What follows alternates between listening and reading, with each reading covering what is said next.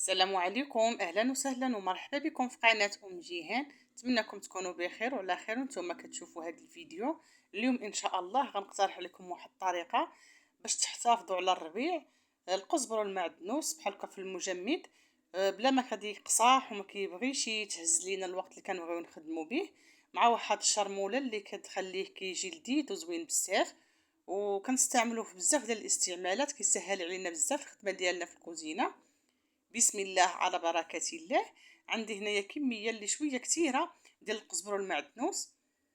انا هاد الطريقة ديما كنديرها للقزبر والمعدنوس، بالاخص الا كانت عندي كمية اللي شوية كتيرة. صافي هنايا خديته كيف ما شفتوا، غادا نقيه مزيان.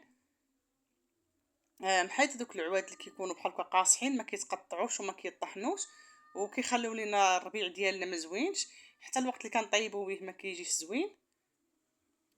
صافي بهاد الطريقه هذه حتى غادا نكمل الكميه اللي عندي كامله. انا كنخلط القزبر والمعدنوس في مره.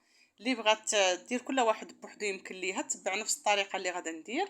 هنايا خديته وغادا نغسلو مزيان، ضروري تغسلوه هذا الربيع ديالكم مزيان. كنبقى نغسلو ونعاودو نغسلو ونعاودو حتى كيولي يخرج داك الماء نقي. المهم راه الاخوات كلهم كيعرفوا يغسلوا الربيع، غير الا كانوا شي بنات اللي بحال هكا مبتدئات باش يغسلوه مزيان. هاد الطريقه هذه كيتغسل فيها الربيع مزيان. كنبقى كنغسلو في داك البانيو، كنهزو كنحطو في الشبكه باش كنخوي هذاك الماء بمره. هانتوما شفتو من حدنا كنغسلو، الماء كيبقى فيه هذاك شويه ديال التراب في القاع، كنخويه وكنعاودو نديرو ماء واحد اخر. صافي بهاد الطريقه هذه حتى كيبان لينا داك الماء تنقى مزيان. صافي كنديرو في الشبكه وكناخد هذيك الشبكه وكنحطها في وسط البانيو وكنخليه حتى كيتسقطر وكينشف من الماء مزيان. كنبقى مره كنقلبو في ديك الشبكه حتى كيتسقطر من الماء. اولا كتاخدوا شي زيف وكتحطوه فوق داك الربيع وكتخليه يتسقطر مزيان. هنا من بعد ما داك الربيع نشف مزيان كيف ما كتشوفوا، خديت واحد الكميه ديال الثومه، غير هو ما غاداش نديرها كامله. وانتم الا كانت عندكم ثومه حمراء بلديه يكون حسن. صافي من بعد ما نقيتها كلها، عفوا ماشي كلها، كيف ما قلت لكم خليت منها واحد الكميه، حيت الصراحه ضراتني في صباعي.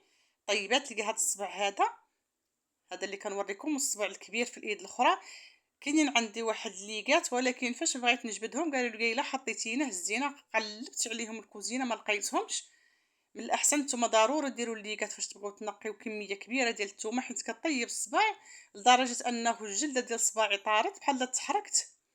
صافي هنايا خديت ديك الثومه ودرتها في الهاشوار. صبقوا الثومه ضروري هي الاولى حتى كتطحن مزيان، عاد نبداو نزيدوا عليها الربيع. كناخذوا كنقطعوه غير واحد شويه ماشي بزاف باش يتطحن لينا. كنزيد واحد الكميه اللي هي مزيانه ديال الملحه، راكم شفتوا معايا. شويه ديال زيت العود، اللي بغات تعوض زيت العود بالزيت النباتيه يمكن ليها، حيت صراحه زيت العود غالي بزاف. غير هو بحال هكا كيعطي واحد النسمه زوينه.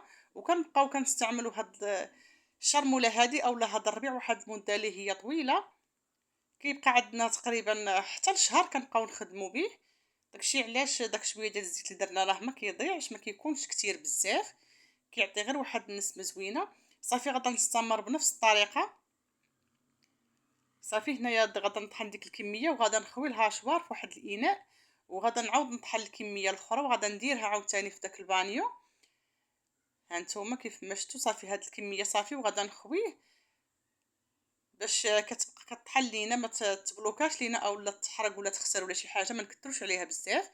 كيف ما شفتوا اللي طحنتها كنديرها في هاد الاناء هذا. من بعد غادا نزيد كيف ما شفتوا شويه ديال البزار.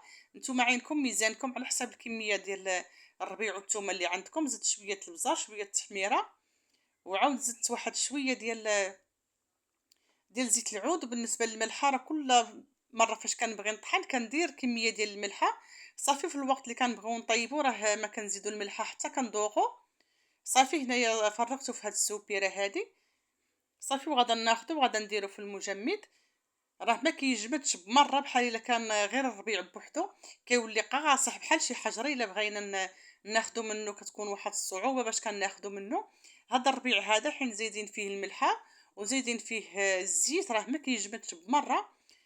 واخا كيجمد كيف ما كنحطوه واحد المده اللي هي قليله، صافي كيولي كيتهز بكل سهوله كيف ما كتشوفوا معايا. نتمنى الاقتراح ديال اليوم ينال الاعجاب ديالكم، وتوصلوا الفيديو لاكبر عدد من اللايكات، وتشتركوا في القناه الا كنتم مازال ما مشتركين، وتخلوا لي التعليقات والاراء ديالكم. شكرا لكم، والى اللقاء ان شاء الله في فيديو جديد.